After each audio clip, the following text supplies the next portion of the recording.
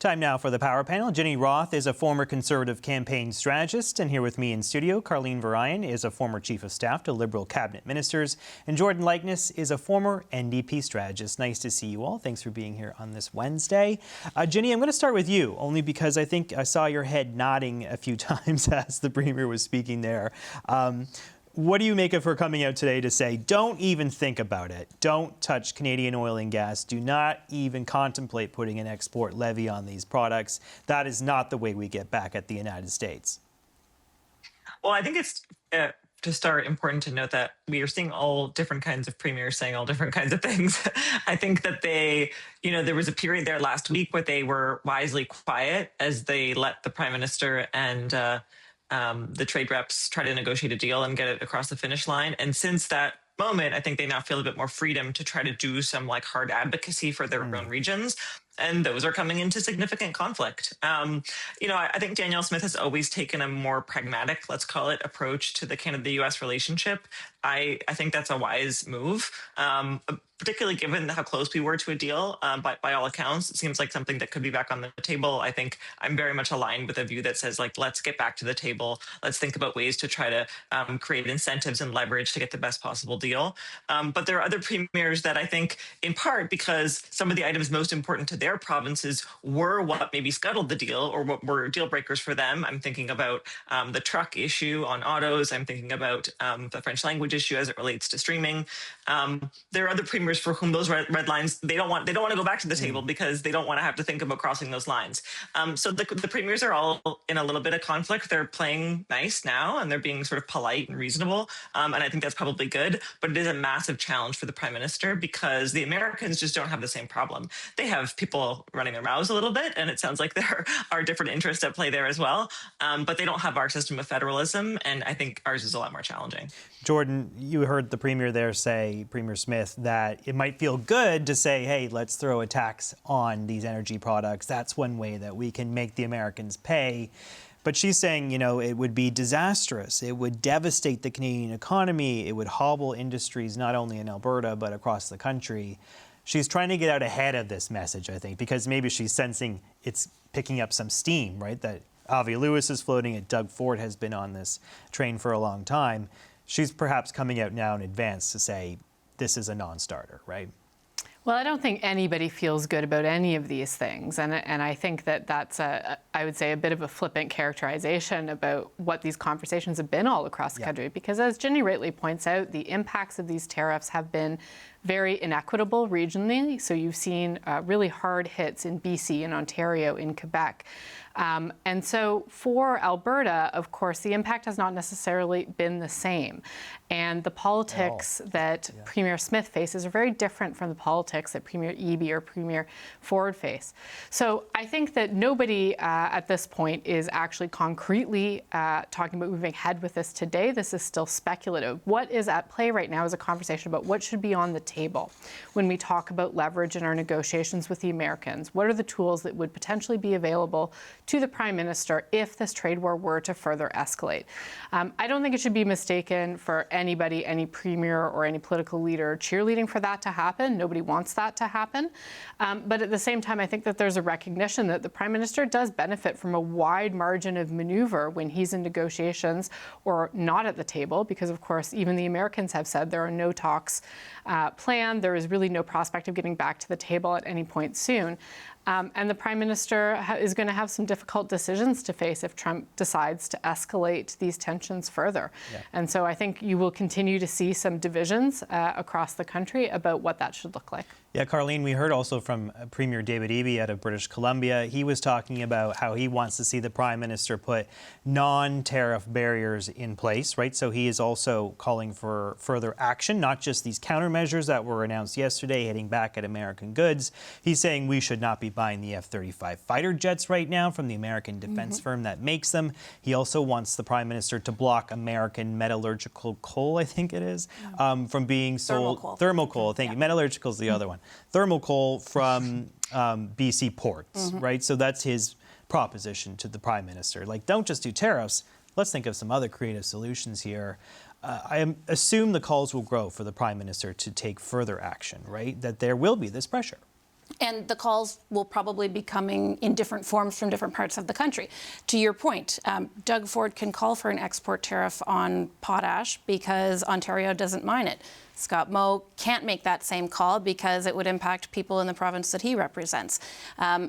The debate about which of our most powerful tools in a negotiation or in a standoff that we should use is a different debate than the question of resolve, pure and simple. And when I look at Danielle Smith's statements a few minutes ago, you know, politicians like Premier Smith, or maybe even at the federal level, somebody like Jamil Javani, those are people who, as a political observer, I've never seen back down from a fight. It's sort of in their DNA. And so what is sort of puzzling to me is how in this moment when we are being threatened with invasion and economic destruction by a right-wing maniac, suddenly they are the first to scramble to wave the white flag and be pleading for peace. I don't think that it's in line with what Canadians expect. I think you've seen a lot of polling to suggest that, and I don't think that they are going to find a lot of support among Canadians for any approach that too hastily brings us back to the table in a way that doesn't actually get a good deal for Canada. Okay, we're going to move on to Jamieson Greer and that interview that Rosemary Barton had. The Trump administration is denying a lot of Canada's claims as to why these trade talks fell apart. In an exclusive interview, U.S. Trade Representative Jamieson Greer spoke to Rosie Barton, our chief political correspondent. He says they didn't try to change the terms at the 11th hour. It was actually Canada that did. We had agreed to, as I've shared before in the press, really the best deal available to any country on the planet with respect to Canada. And then, the Minister LeBlanc went back to Ottawa, and they spoke with premiers, spoke with the Prime Minister, and when they came back, they had some additional views, they had some additional requests, they had some additional things that were too much for the United States. The reality is we have a trade policy. It's global in nature. We're proceeding with it. If there's further retaliation from the Canadian side, we, of course, we're not going to just sit down and take that. Ginny, let's talk about this clip there. I mean, what's interesting is Jamieson Greer is saying we didn't make any last-minute changes to this deal. It was actually perhaps the Canadians.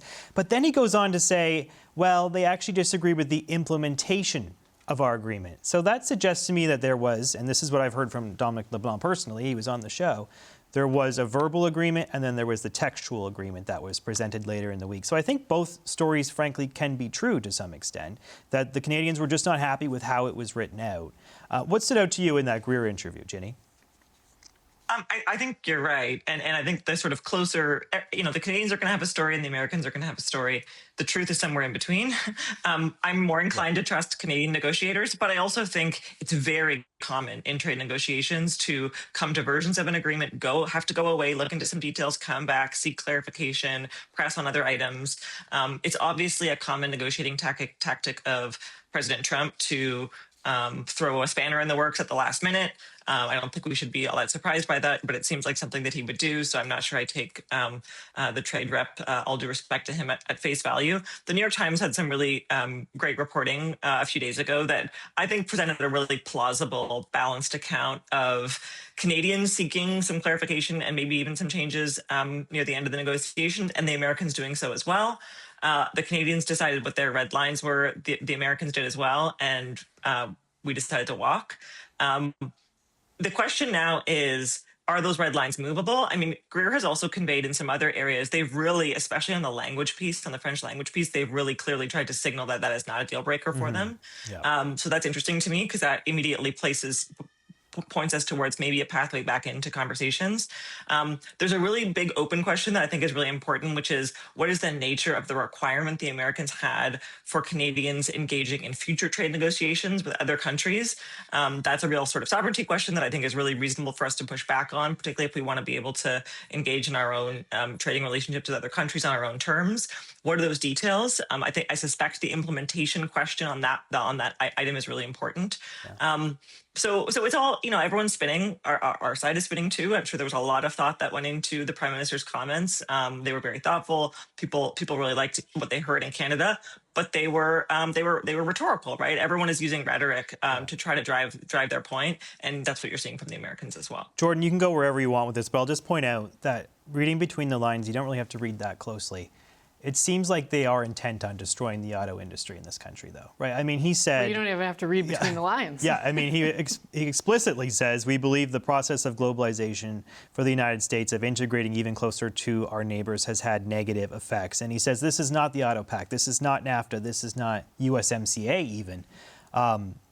They don't want manufacturing employment as it relates to autos in this country. That is their intent. And that's why there were those changes at the last minute, if we're to believe the Canadian narrative, about heavy-duty trucks, medium-duty trucks. That would have shut down Ford in Oakville, right? They're re-gearing to make the F-250 in this country. Of course, the Chevy Silverado is already made at the Oshawa plant for General Motors. Those would be wiped off the map with these tariff rates that they set. I think, to me, that was maybe the newsiest thing from this interview, only because we knew that's what they wanted to do. But he's saying it pretty clearly now, that their intent on destroying an industry that's hugely significant to Ontario and to the country.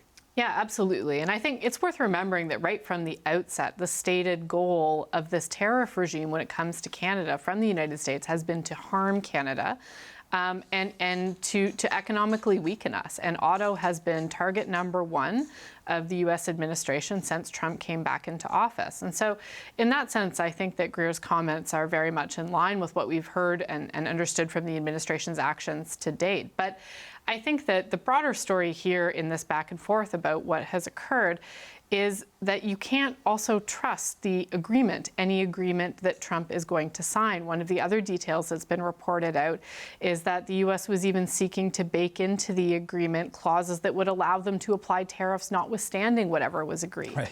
So, if that is indeed the case, then this negotiation was probably, fated to fail right from the beginning, because we've seen time and again that with the United States, even if you are to go to significant pains to secure an agreement with them, it doesn't prevent President Trump from coming back later and laying on punishing tariffs at whatever whim crosses his mind at any given moment. So I think most Canadians, the source of the strong feeling about these negotiations and the strong feeling in support of walking away from the table is rooted in a pretty base understanding on the part of most Canadians that this administration cannot be trusted, that they are true to their motivation that they have outlined right from the very beginning, and that any concessions that Canada makes will be the beginning of a process of further concessions rather than the conclusion of any set of negotiations. Yeah, Carleen, what stood out to you from that interview? Have you ever read a book where you're dealing with an unreliable narrator as sort of the first person narrator of the book? That's sort of what it feels like listening to this interview. And I think for all of the points that Ginny and Jordan made, this is exactly why Canada needs to be in a position where it is not just asking itself, how do we get out of this particular predicament, but also, how do we ensure that we never find ourselves here again? Yeah. And that's that bigger question of, the long-term answer to less American uncertainty is to need America less. And I know we're going to talk about this in a little bit, but I think that's why you're seeing Carney start to spend more time talking to Asia-Pacific countries, European Union countries, so that we can actually diversify our economy a bit more. And I think you're going to hear him talk about that a lot more in the future. Right now, I don't think that the Prime Minister would feel that he had the mandate from Canadians to sign a deal that was anything less than what we had in 2018. And that's not what's being offered. Yeah. Let's just do one quick round on. We also spoke to Gavin Newsom, the California governor, and he says that he thinks domestic pressure will force President Trump to restart talks with Canada. Have a listen to this clip. I absolutely believe within a matter of days, I couldn't imagine more than 2-3 weeks, he'll be back at the table. He's getting crushed. He's getting hammered by his own party right now. Imagine being Mike Rogers trying to run for the United States Senate in Michigan. Imagine being the gubernatorial candidates in places, or senatorial candidates in places like Maine or Ohio. This is, the impacts are outsized up there, and he's putting all of them in a terrible position. And so I think the pressure is coming from within the party, not just externally from people like myself and obviously from Canadians.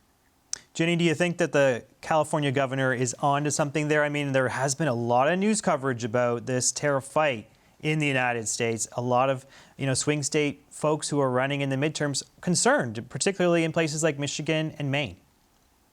I do.